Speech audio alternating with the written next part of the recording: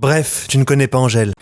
Elle s'appelle Angèle Van Laken, elle est belge et ses parents c'est deux artistes très connus en Belgique. Son frère lui s'appelle Romeo Elvis. Enfant, on lui parle toujours de ses parents qui sont très connus et elle développe une maladie grave, fille d'eux. À chaque fois qu'elle veut exister, on la ramène à ses parents. Elle aime jouer du piano et chanter. Elle poste des covers sur Instagram et ça intéresse les gens, ça prend bien. Et un jour, elle reçoit un mail de Damso. Abonne-toi, c'est rapide et gratuit. Elle se retrouve en première partie du rappeur du moment. Premier concert catastrophe, le public lui crie dessus et l'insulte. C'est nul! Deuxième concert, ils crient tous son nom, elle les a conquis. Elle enchaîne et elle sort un clip.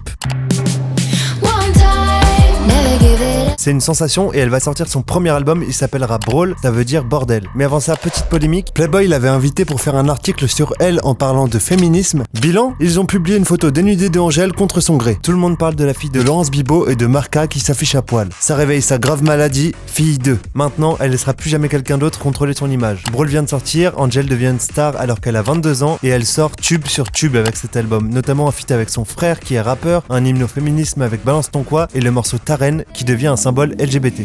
Et tu voudrais qu'elle soit ta reine ce soir. La recette d'Angèle, elle cherche une mélodie en chantant, elle s'accompagne au piano et le texte lui vient naturellement comme si elle parlait à quelqu'un. Pendant le confinement, elle prépare un album beaucoup plus personnel, il s'appellera 95. Ah non, 2 secondes, il y a un feat avec... Dua Lipa. Je sais que je perds de temps dans tes bras.